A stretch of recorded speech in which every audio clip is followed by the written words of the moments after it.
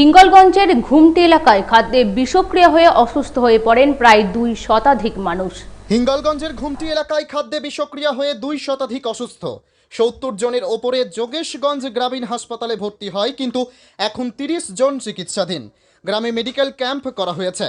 অসুস্থদের শারীরিক অবস্থা স্থিতিশীল বলে জানান কর্তব্যরত চিকিৎসক। যারা ভর্তি হয়েছে তারা এখন স্টেবল আছে।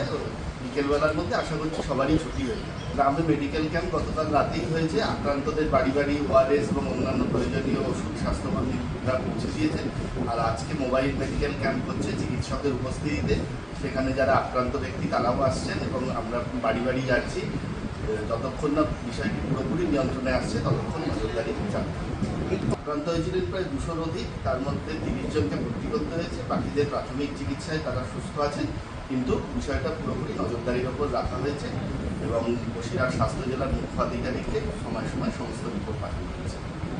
গতকাল একটি ধর্মীয় অনুষ্ঠান বাড়িতে খাওয়ার পর গ্রামবাসীরা একে একে অসুস্থ হয়ে পড়ে। যারা বেশি অসুস্থ হয়েছে তাদেরকে যোগেশগঞ্জ গ্রামীণ হাসপাতালে এনে ভর্তি করা হয়েছে।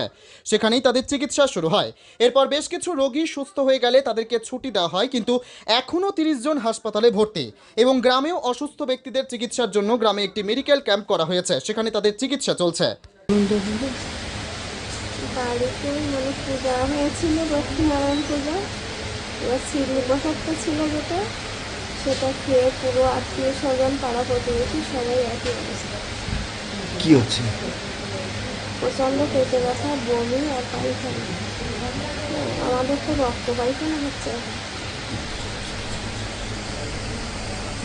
Bureau report, PB news.